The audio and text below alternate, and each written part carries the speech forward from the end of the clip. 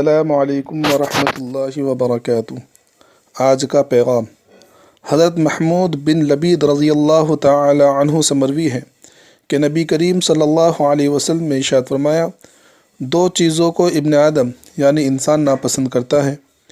Number 1، ابن آدم موت کو ناپسند کرتا ہے، حالانکہ موت مومن کے لیے فتنہ اور آزمائش سے بچنے کا بہترین ذریعہ ہے۔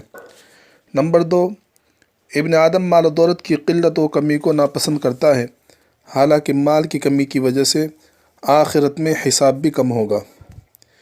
میرے دوستو، نبی کریم صلی اللہ علیہ وسلم پوری زندگی اپنی امت کو اچھی اور بری باتوں کا فرق سمجھاتے رہے، نیکی اور بدی کے انجام سے باخبر کرتے رہے، اور یہ بتاتے رہے کہ ہر وہ چیز جس کو تم پسند کرتے ہو وہ حقیقت میں بھی تمہارے لیے مفید ہو، یہ ضروری نہیں ہے۔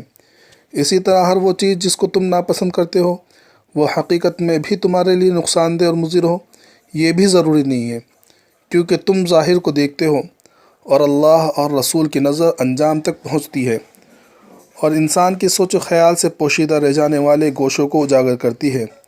گویا موت ہر ایک کے لیے راحت کا ذریعہ نہیں ہے، بلکہ صرف بندے مومن کے لیے ذریعہ نجات ہے۔ اس لیے کسی ایمان والے کو موت سے گھبرانا نہیں چاہیے، بلکہ ہر وقت اس کے لیے تیار رہنا چاہیے۔